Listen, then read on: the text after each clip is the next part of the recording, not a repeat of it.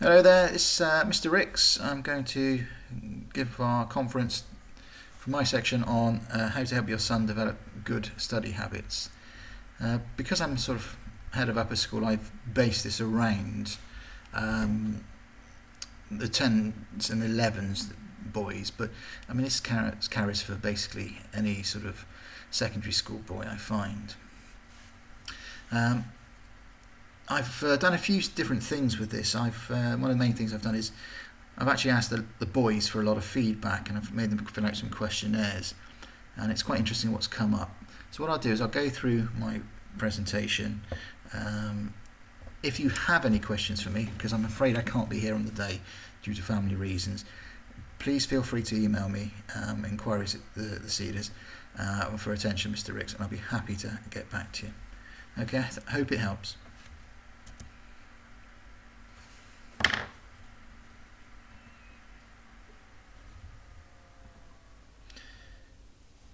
Now, who am I and why should I have any clue? I've been a teacher of boys predominantly for the last 21 years. I've taught in Taunton and Barnstaple, which are very similar, and Peckham and Croydon, which again are very similar, but they're quite different places all over. I've taught in Catholic boys' schools really for the last 18 years of those 21. I'm the head of upper school at the Cedars and was head of year to all groups over time, 7 to 11, several times, in Peckham for 12 years.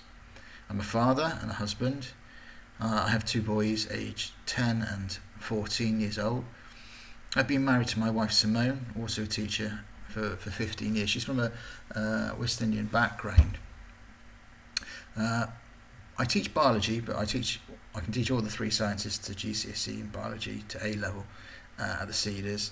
I also coach rugby at the school. I'm a member with the year 9s, and I also teach at the Whitgiftian Rugby Club down the road. I've been doing that for about 8 years. So after all, I really know boys are great at quite dodging their work responsibilities and finding other things to do. If I sort of add up how many boys that I've worked with over the years, it comes in the thousands now, because for 21 years, the year groups in Peckham were about 140 boys in a year group. The boys' year groups here are much smaller, but it's still, I've worked with a lot of boys. They're all different, but they all do share a lot of similar traits that we can look at. I must admit, I have never met a boy in all those thousands I've taught that didn't want to do well at school. Never. So, what are study habits? Study habits are literally the way we approach our studies. A habit is something you do regularly. And if it's linked to study, obviously to the term study, it's to improve our learning. I've always thought, do pupils know what these are? I believe they know aspects of study habits. By the time they've got to upper school, they're quite aware of what's needed to progress. But the difficult part is getting them to accept and incorporate those into their lives. Sometimes consciously they know those aspects, sometimes subconsciously they don't know them. We do have lots of walls that will inhibit this. Lack of motivation, low confidence, lack of self-esteem, and arrogance, poor organisation, time management, manipulating us as adults. They're very good at doing that, believe me. Distractions, we know through phones, social media, the devil in gaming. Yeah, there's a lot. We recognise a lot of these as adults, and we are quite cautious of them. We are aware of them, and we know what some of the issues are with our kids, and trying to change them and make them move forward and progress is difficult. Children change with time. One of the big things I hear from parents is, oh, he wasn't like this at primary school when he gets to secondary school, and that's because he's a different person in the sense of his maturity, puberty, adolescence, his approach to life, his experiences, his teaching styles, everything is massively different. And sometimes we have to accept those things are different and have changed, and how we cope with those changes are important, really important. So what are good study habits? Good study habits seem to include the following 7 key factors I found. A boy has to be independent. They can do things for themselves. Active, not passive, actually actively using energy to do something. Organised, having an order in their work, their life, their approaches to things. An efficacy. Is it effective what they are doing? Challenging. Does it make them think? It is okay to make mistakes as long as we learn from them and correct them and move on. Time consuming. You can't do the London Marathon with a 10-minute sprint. Time consuming. Revision especially has to be time consuming. Homework has to be time consuming. If they're finishing it too quickly, they're not doing it properly. It's as simple as that. And are they focused in what they are doing, especially at home? Are they focused on their tasks? The simple contrasting opposites to all of those 7 factors are basically the bad study habits. Depending on people, passive, poor organisation, not effective, simple and easy, small amount of time, not paying attention. Many pupils don't get the full 7, I've noticed, but if there are enough of them, out of those 7, at least 5, maybe 4, it will start to show the results. How we instill these good habits into them, how do we get them to recognise them, use them, and how do we get them to maintain them? Maintaining them is a difficult word, and we need to bring that in. Holidays, lockdown, lots of things will actually naturally break good study habits. This is a little model I use regularly with the boys. It's called the shamrock of success. The year 11s know this particularly well. You've got 3 parts, obviously, like the shamrock. We've got classwork. Is that boy spending full attention in the class? Is he focusing? Is he working as hard as he possible? Is he paying attention? Is he got his hand up? Is he completing his work? Next one, homework. Are we completing this to our best ability? I want this piece of homework to be brilliant. I want it to be good. I want it to be learning for me. Does it obtain its objective from the teacher?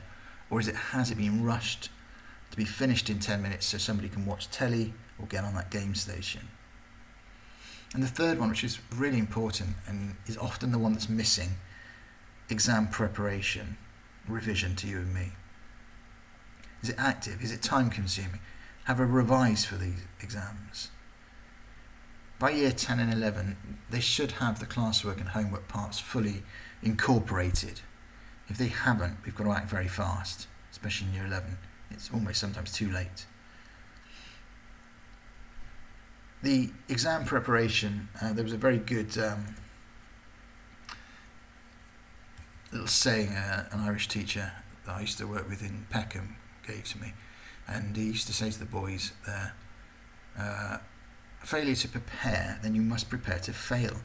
And it was a really good saying for a lot of things the boys do, whether it's a driving test, whether it's a job interview, or whether it's a GCSE exam. If you're not ready for it and you haven't made yourself ready for it, then you're not going to get it. And we have to get the boys to accept that.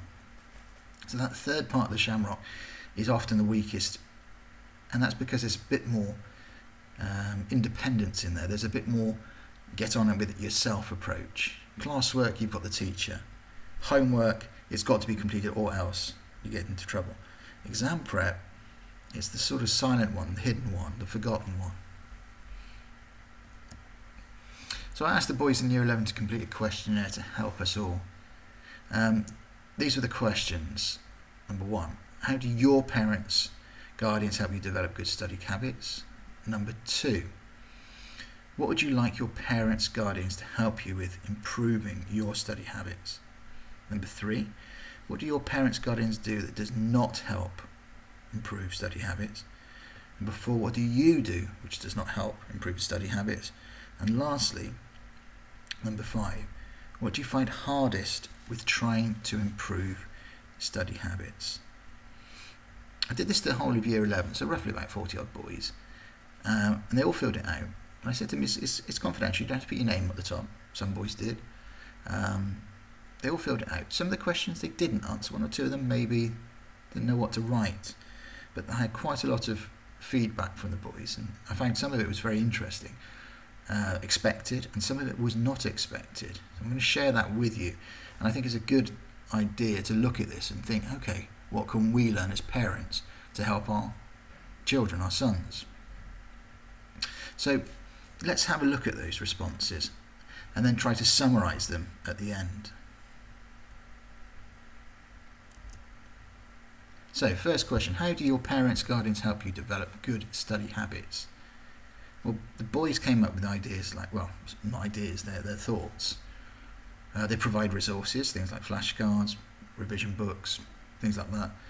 They print off stuff at work. They force me to get on with my work. They apply pressure to me to get on with my work. They check that I am working. The unexpected ones were help me make up revision timetables, encouragement, encouraging me to do it. The second question, what would you like your parents, guardians to help you with improving those study habits? Expected, they'd like you to force me to get on with my work. Be strict with my phones and gaming. That was really common.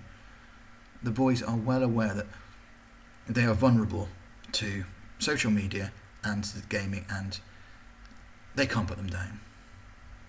And they were quite well aware also that they can't say no. And when parents buy these things as treats, it's almost like giving sugar to giving sweets to a diabetic. You shouldn't do it at certain times. Testing me. Give me some revision tips that they used. That was quite a common one. Teachers do, but they don't hear it from their parents. Not expected ones were help me get a routine, maintain that routine. And the last one was trust me. Again, that one popped up quite a bit. The third question. What do your parents, guardians do that does not help you improve your study habits? So this is what we do as parents, which doesn't help. And the first 2 that came up, the expected ones, were basically interrupting them with chores. Now, we know we like them to do their chores. We want them to get into those habits to do those chores. But sometimes when they've got exams coming up, maybe we can get their siblings to do those chores, or we can sort of take a few more of those off. Allowing siblings to distract me when I'm studying. I know particularly well my son gets annoyed with his younger brother, and as adults we tend to sort of always think that the older one is being the bully and the younger one's the little vulnerable, sweet little angel that's Tom and Jerry approach, but it's not probably sometimes. It's quite a lot the opposite way sometimes. Not expected as well. Parents being on their devices when I'm studying around me, constantly on their phones, on their iPads, talking away. That came up with quite a lot of people when they were trying to revise or trying to do their study habits in a public place, like at the dining room table, in the kitchen. We do that quite often without realising. I know I put my hands up to that myself. Parents constantly checking and disturbing me. We need to check. We need to check that they're working. We do. But are we disturbing them? Are we constantly disturbing them? Possibly. I know what it's like when I'm trying to get things done, and you keep getting a knock on the door and somebody coming in and saying this, that and the other, and so-and-so hasn't done this, and have you seen that email? Yes. It's the same for them probably.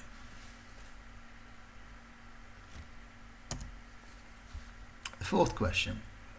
What do you do as a child that does not help you improve your study habits? They're not very good at prioritising. No, they know fully well that sometimes they're gaming when they shouldn't be working. The distractions of the phone, those 2 came up so often. procrastination, and I'm actually using a word that I think about 6 of the boys wrote down, which I thought was interesting. They're aware it's easy to find something else to do that is not the work that we should be doing, and therefore obviously looking for something better to do. They're not expected one, but they were quite honest about allowing myself large breaks. And when I mean large breaks, they were quite clear about when they know they should be working hard. It's not a 10-minute break, it's been a 25-minute break or something. Should be really only about 5 minutes. Just go to the toilet, make a drink, clear your head, breath of fresh air, back we go.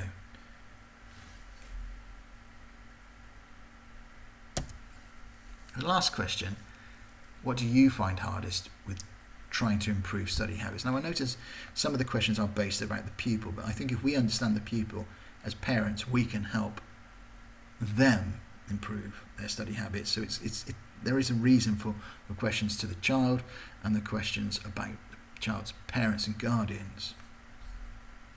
Obviously, there they are again, the phones and the games, the phones and the games, the phones and the games. Way too much.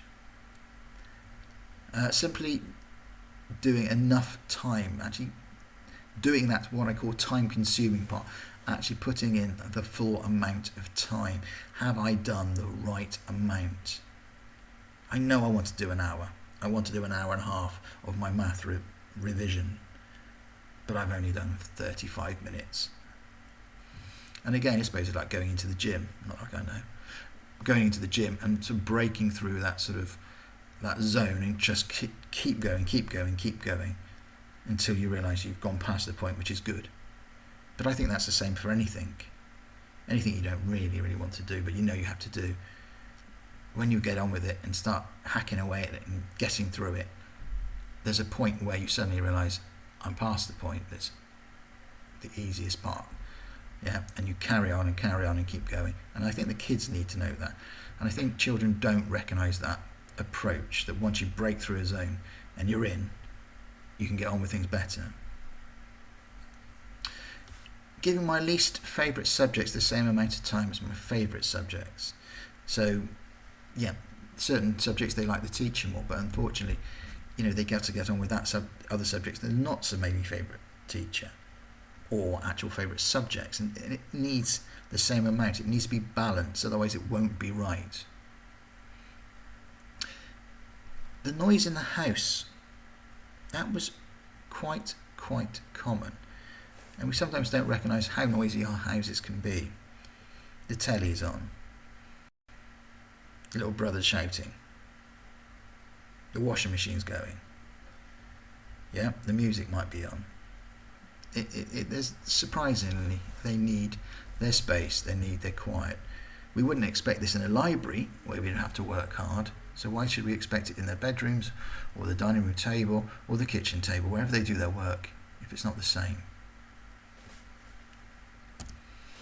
I'm a father myself. I said at the start, I'm very lucky to be a father, and I know I do these things. I do keep the pressure on my child. I do monitor the use of devices and put measures in place. Games are only allowed at the weekend. No phones are allowed in the bedroom after a certain time. I've got my son into a good... and my wife,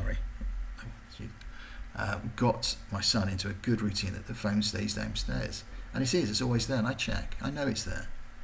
I check every now and then, more regularly than my son realises. The gaming he only does on his computer.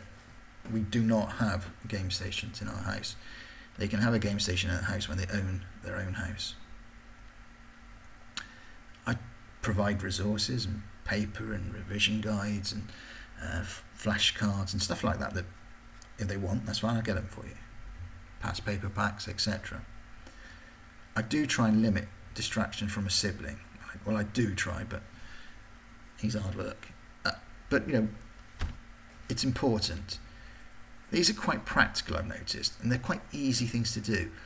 The other thing I noticed about these lists when I wrote them down is they don't use up a lot of my time, and that's why I think I use them. I put a picture of a policeman because that's the approach you tend to have as a parent, as being a sort of the disciplinarian and the sort of policeman approach to these are the laws, you will abide by them. But sometimes they're the easy ones. They're the ones that don't take up much time. They take minutes, seconds. Now, what am I not doing enough of? I put we in there because it is a family thing. Do I give my son enough encouragement? Well, sometimes we're worried about giving encouragement because we think if we give too much, they'll abuse it. They'll expect it for doing nothing. But maybe we sometimes don't give them any encouragement, but we should be recognising. A grunt at a really good report is sometimes what we do, or a commendation, or well done. But maybe we need to be a bit more positive. Probably need to stop interrupting to demand that the bed's made, the clothes are off the floor, the drawers are shut, the washing up's not being done. These are things that, we need to get them into a nice routine for domestication, but they can do another time. And if they're doing their studying, that to me is a priority. Spend some time checking work and going through strategies we know from our days. When I say our days, I mean when we were at school. We know things that work. We knew when we were doing exams what worked. Things do change over time, but at the end of the day, they're still in an exam hall, sat at a table, sat at a chair, with an exam, on paper, with a pen and a pencil, and a ruler, and a calculator, blah, blah, blah. Not a lot of difference. Not a lot of difference. So there must be things that we know that we can instill and say, oh, this is what I did. I know your teacher says this, but try this. It worked for me. Help introduce routines slowly and then solidify them so they become their routines. Right. When you come in, you get yourself a drink, you sort yourself out, put on your tracksuit bottoms, whatever, then you get your work done. And you do it till a certain amount of time before you're allowed to come downstairs and watch the rugby, whatever. And get them instilled and keep those. Another thing is keeping those routines maybe a bit less, but keeping those routines in breaks, such as holidays. We've got half term coming up. Guaranteed. Do we go back to zero? On a Saturday morning, does it all go back to zero? Do we just sort of let it go? Because it's a weekend, a bit tired. No, we've got to get into place and say, well, it's half term, but I still want you to do 1.5 hours of revision for a subject, or I want you to read a chapter at least every 2 days, or something. So they don't break the routine. So when they come back to school, it's going back to sort of, like I said, default back to zero. Help them organise a timetable for work. They're not very good at doing that, and we assume they are. There's nothing stupider than to say to a child, you need to get yourself organised. They don't know how to do it, so we have to show them how to do it. These are time consuming and involve child-parent working relationships more. I know. But they are needed and they're important. We probably were better at this when they were much younger, hence the little picture of this little person holding the youngster's hands. But they need it just as much then as they do now. And we need to be able to spend a bit more time with them. And I think that's important. Generally, most of those on this page do involve quite a bit of time from us. But that is time well spent, surely. So if I sort of summarise it, and I'd like to say thank you for your time. I'm sorry, like I said, I can't be there. But for family reasons, I've got to go back to Bristol. In summary, as parents, we can help improve our son's study habits by doing the following. 1. Keep up the pressure. Never back off. Encourage them and give praise when due. Will help trust forming. It will help them. Help them manage their devices, but be vigilant and take those decisions for them sometimes. They won't want to, but we have to. Avoid distracting them with chores and siblings. There's a time and a place for things. Provide them resources and make timetables.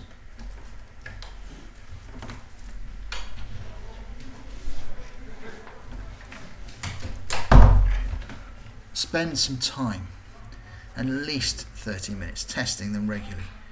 Those emails from work can wait. Families first, always. Introduce and maintain. Be patient and determined. Routines for study at home, during school times and during holiday times. And the last one, I say this to parents a lot. Question, how do I know they are or have revised without constant interruption? Can I look for evidence another time? Can I say at the end of it, can I see your notes? Can I see what you've been doing? And just discuss it with them, rather than running in and just looking over the shoulder. And if they're using a laptop, it's only a click away before they change the screen. And that doesn't instill a good habit to them. Are we seeing improvements in grades? Can we impress on them importance of these things?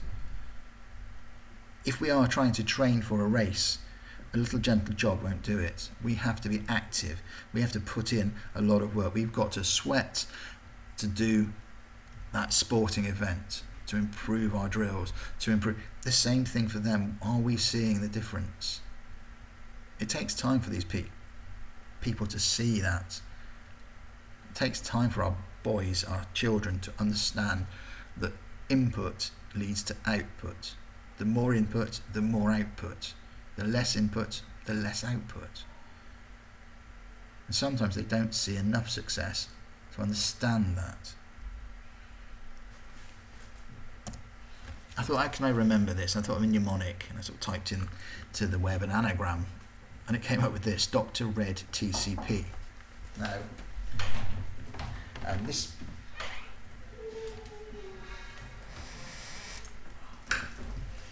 this mnemonic. So I'm being interrupted by sixth formers already. This mnemonic, I thought I just made up, and I thought if I can remember this, then and I do this for my children, then it might work for other people's children. It came up with Dr. Red TCP when I typed it into a website. The D stands for devices. Be strict with them and help manage their use. Do they need ultimate removal or quota times? Yes, they do, definitely. The devices are a problem. We need to recognise and we need to help them with them. R for routines. Get them into routines and maintain them, even in those holidays. R for resources.